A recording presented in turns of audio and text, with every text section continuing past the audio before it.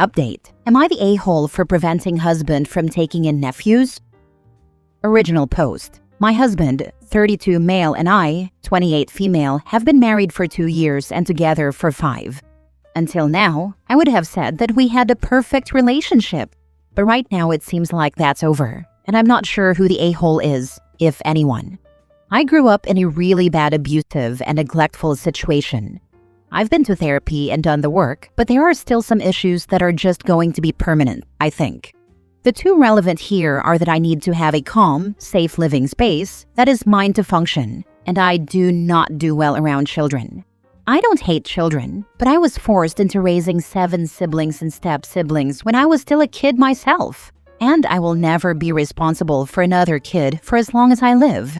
I've had my tubes removed to make absolutely sure there will never be an oops. My husband has known this since the beginning and also does not want children. His family situation is also not great, but he's still involved with them, mostly for his mom and nephew's sake. About a month ago, sister-in-law was murdered by her ex, who unalived himself as well. The boys were visiting mother-in-law, so thankfully they weren't in the house when it happened. Otherwise, I think they would be gone too. It's horrific. Mother-in-law, the boys, and my husband are devastated.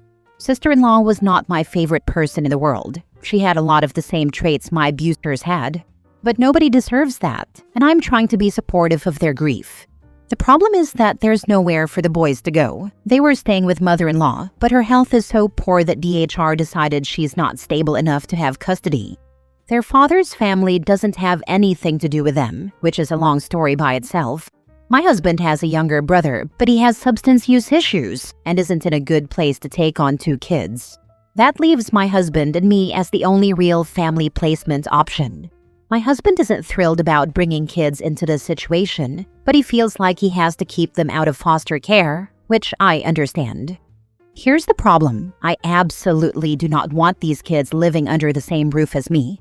It's a PTSD trigger, but also they are understandably, for their situation, not the best behaved kids to start with. Add some hella trauma onto that, and those kids are going to need a lot of help. My husband swears that he will do everything for them, but I think he's being unrealistic. We got into a really nasty argument about it, and he said that this is a make or break moment for the marriage, because he's not backing down and he'll take the kids and divorce me if he has to. Our house was mine before we got married. I inherited it from my grandmother. I insisted on a prenup to protect it when we got married. My husband has a health issue that makes full-time work difficult, and he struggled at the best of times before we got married. If we split up, his chances of finding an affordable place to live nearby in the current market are not good. He's not quite disabled enough to receive disability. Frankly, if I and the house weren't part of the bargain, I'm not sure that DHR would place the kids with him. Where I might be the a-hole is that after he threw the D word at me, I told him that in that case he would need to move out of my house because he would no longer be welcome, go back to working full-time because I wouldn't be bankrolling an ex, and good luck taking care of 2 traumatized kids with his health, much lower income, and without stable housing. I think it hadn't occurred to him just how much he would lose access to, because we've always just shared without thinking about it. He's not speaking to me right now, and mother-in-law called and read me the riot act for financial abuse and abandoning family. I feel for the nephews. I really do. But I am not the person those kids need right now, and I feel like I was really clear from the very beginning that I would never be okay taking care of kids or living with them. I think we're cooked either way at this point, but am I the a-hole? Now for the top comments before reading the updates. It seems obvious to me that your husband should take the boys and go live with your mother-in-law. The 2 of them will be able to take care of the boys between them. They can supplement each other's incomes, and the kids will be safe. He's the one that brought up the D word. In your position, I would immediately speak with a divorce attorney and find out what your rights and responsibilities will be. Depending on where you live, you may have to pay a few years of alimony. But perhaps not, because he's the one leaving. But it is essential to know your rights. Either way, whether you cave and take the kids in, or he moves out, or the kids go into CPS custody, this marriage is probably done. Husband also needs to look into survivors' benefits for the children. Not the a-hole. The whole thing sucks and is very sad. You knew your limitations and made them clear to others. You can't be expected to move out of your own house. Could your husband move in with mother-in-law? Would her insurance cover some home care or compensate your husband for her care? I'm looking into that actually, because even if we split up, I don't want him to suffer. The problem is that a lot of welfare and social services have been cut, and he's one of the people that falls into the cracks of not being eligible for a lot of stuff that could help, but not physically able to handle a full-time job that would give him decent benefits. I have a social worker friend that I asked to look into what additional benefits they might be able to get, and whether it would hurt mother-in-law's benefits if my husband were living with her. It's terrible that people have to make these kinds of choices. Edit/mini update. There are a lot of responses and I'm trying to get to them all. I'm taking a PTO day to deal with some of this stuff and get myself back together. As a lot of you have said, there's no way back from this. And I think I'm going to go ahead and accept that now instead of dragging it out. The trust is gone. I made an appointment with a lawyer this morning, and from what I've read, an uncontested divorce could go pretty quickly and smoothly if we don't squabble over money. I don't have any interest in screwing him over, but I also won't be screwed over. I hate it. I wish this wasn't happening, but I've worked way too hard for a stable life to flush it down the toilet. I'm going to freeze my credit and lock down the accounts today in case he or mother-in-law get ideas and have the talk tonight. I'm also about to call the case manager contact at DHR and explain the situation so it's on record and they can start making a plan that doesn't include me as a part of the equation. I'm debating how much help I'm going to continue providing. I will continue to help my husband while he lives here, but I was also doing a lot to help out mother-in-law with things her health makes difficult and to allow her to put her energy toward the kids right now. And I think that's going to stop since it's not appreciated and the relationship is over. As far as the whole looking after a family thing, I don't believe in family. Family has done more harm to me than anything else in this world and provided not a single benefit. So I don't put any value on blood or relations. I do what I can when I can for others, but I know in the same circumstances, none of these people would help me, either because they can't or they just wouldn't care that much. So just spare me the whole, they're your family stuff, please. That word doesn't hit the same way for me that it does for you. I will update once I've talked to my husband and figured out a path forward. Thanks for the input, even if some of you think I'm a monster. Now for the first full update. Now he doesn't want to divorce and wants to figure something out. Of course, the stress of the whole situation is pushing him into a flare, so I'm giving him some grace. But I told him that we won't go back to exactly the way things were before the D word now, no matter what happens. I don't trust him. He needs to sit down with a social worker, look at the facts, and make a call on his own. I have the lawyer's recommendations for an amicable divorce filing we can discuss if he decides on that route.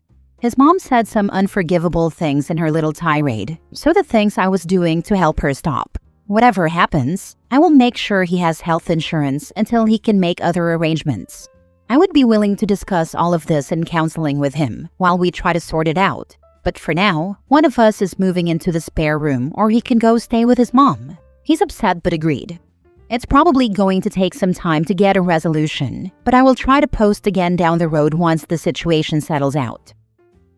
Second update. The situation is complicated, but the TLDR of it is that due to a very unfortunate situation beyond either of our control, my husband and I want very different things going forward that can't be reconciled. He brought up divorce. I did a consult with a lawyer to get things rolling.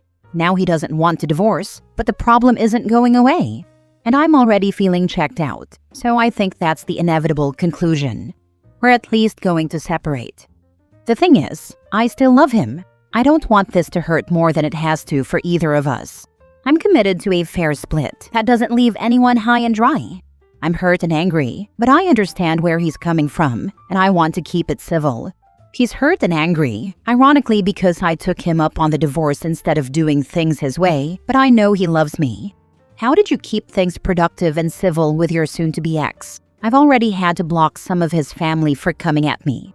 Things are going to be rough for him because the house is mine and protected by a prenup, and I'm the breadwinner.